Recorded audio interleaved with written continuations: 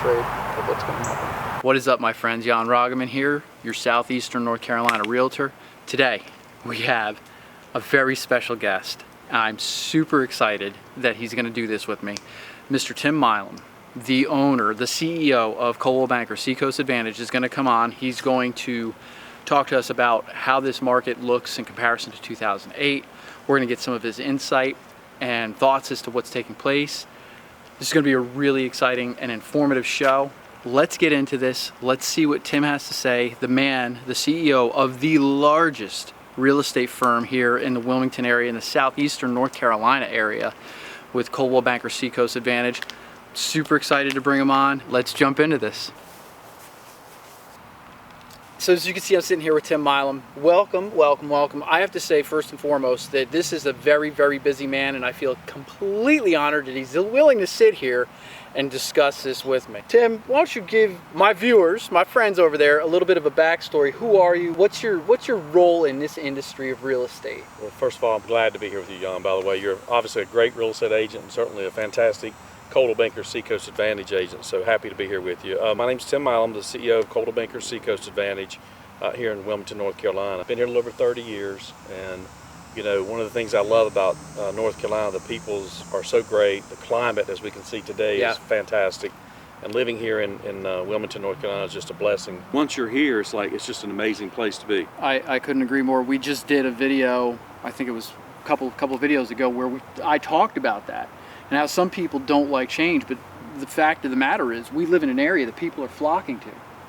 It is an amazingly gorgeous area. It's an area that I truly love to live in. It is. It's a great place. Love it. Love it. Yeah. How many years have you been doing this?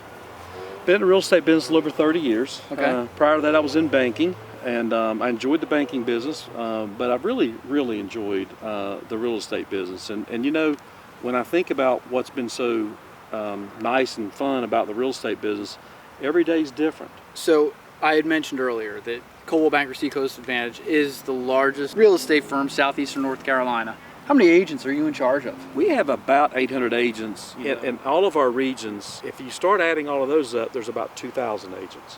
Wow. But altogether last year we did over 20-some thousand transactions. But again, is that all? Is that all? That's it. So Tim, talk to me, because we know that this has been the most dynamic market we've seen probably in the history of real estate. With the past 2 years with COVID and all that, we saw housing prices jump, what, 38%, 40%, something like that in 2 years. Now everybody, I shouldn't say everybody, but a lot of people have concern, right? They're hitting the panic button. Whoa, what am I doing? This market's gonna melt. Everything's gonna fall apart. You've got a few more years in this industry than I do. What is your take? You know, a lot of people are panicking about the market right now, and I think that's a mistake. Certainly the market has shifted some, and we all respect that and understand that. But oftentimes I'm asked, you know, the question, how do you see the market now shifting as compared to 2008, 9, and 10? I think it's completely different. You know, in 2008, 9, we saw when the market did crash, sort of, it was all due to loans that really should not have been made. You know, and so I think since that time, the mortgage industry has really learned a lot of lessons, and those bad loans are not out there like they used to be. Right. So I don't really see anything near what we saw in 2008, 9, 10. And I went through that market as the owner of the company, and we did very well. We grew during that time, and I think people want to work with us during those difficult times when the market does shift. You know, there's some stability knowing that our company is in excess of 30 years old. And so this market is completely different. I think that there's a lot of equity in the homes throughout the America. And I really think that southeastern North Carolina, I'm not going to say we're insulated completely, but I will say, however, we're in a market where so many people, as we all know, want to move here. But the market to me is fine. Certainly, do I think the market's going to increase over the next 2 or 3 years like it has in the last 2 or 3 years? I do not. But I consider it more like I think we're going into what I call the soft landing, where housing is still short in supply. We are vastly short on new homes being built in this country and have been for many years. And I think it's going to continue for a while because the builders and developers are trying to get houses on the ground, but there are supply chains, lots of issues. I mean, if you purchase a house now at the interest rates that it is today, what we have today, high 6s, low 7s, and the rates go up to 9, you've made a good decision today. You absolutely have. You know? What vehicle do you know of that handles inflation better than real estate? To my knowledge, there's nothing. You might get lucky on some stock or something, but roll the dice if you want to. Go ahead. But if you invest in real estate and you keep it for 2, 3, 4, 5 years or more, you're going to find that's going to be a great investment. And I've always said, you know, as I'm starting to get older now, I remember when I was younger, and I used to look at all the people that I saw in my life that I considered to be very successful. They all had one thing in common: they owned real estate. Real estate. And in many cases, they owned 2 or 3 houses or more. And so, real estate, we all have to have shelter over our heads. We do not have enough rentals in this market, as we all know.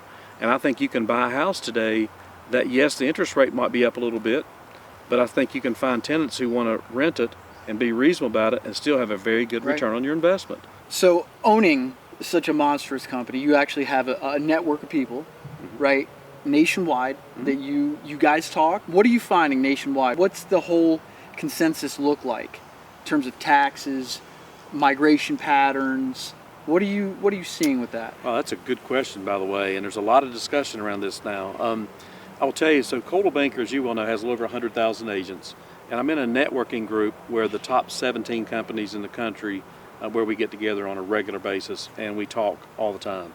I will tell you, we're seeing a lot of people, particularly in the Northeast or out west, where the taxes are extremely high. Yeah. But here's what happens, you know, we'll talk to someone and they'll say, you know, I'm going to sell my house. It's a $700,000 house. The gentleman from New York, his house was valued about $700,000. He said to me that he's paying about $13,000 a year in taxes, and I'm like, oh my goodness. He said, well, what would my house be if I were in your market? $3,000 or $4,000. If you're in the city, maybe you're going to pay $5,000 or $6,000. I said, so we're seeing a lot of people sell their house in other markets, come to North Carolina, buy a house that's less expensive, and take out that tax deal. Right. So your cost of living as you get older diminishes dramatically. Right. And so the taxes in some of these places are just mind-boggling to me, what they pay versus what we pay. Right. You know, one other thing I would point out, by the way, and I've seen you do this, by the way. I know recently you and I were working on, you had some referrals. They were in Georgia that closed. You know, and I've watched you help so many people in other parts of the country.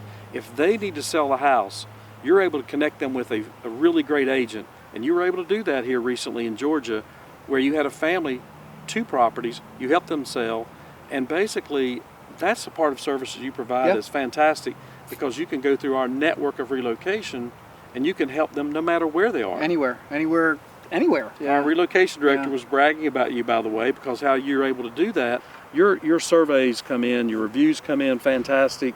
You know, I tell you, I paid him for all of this promotion, by the way. No, Sorry you didn't pay me anything. Are you afraid of what's going to happen? In the market? Not at all. I'm looking forward to it because I believe that it's an area for agents who really put the effort forward to grow. Absolutely. Right, to expand into that contraction.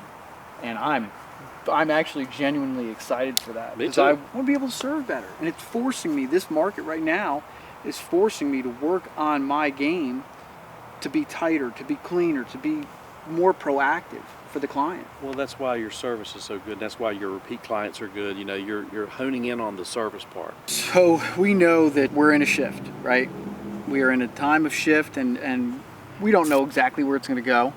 What do you have planned for the company as a whole to navigate this thing? Well, you know, I'm excited. You know, I agree with you. It's going through the shift, and that's just part of the way it is. The unfortunate part that I don't like about what's happening in the market right now, the news media is trying their very best to put us in a recession, in a real estate recession. And they're doing a pretty good job of people talking about it a lot. However, I'm pretty excited about the future. I think particularly in our area, I think the next couple, 3 years are going to be fine. I think there's another really good run-up. I think that anybody buys a piece of real estate in our market in the next couple of years, going forward 3, 4, 5 years, is going to look back and say, my, I got a really good price on that. I'm very optimistic about the market. You know, I look forward to 2023. 2022 is going to be a fantastic year when I look back.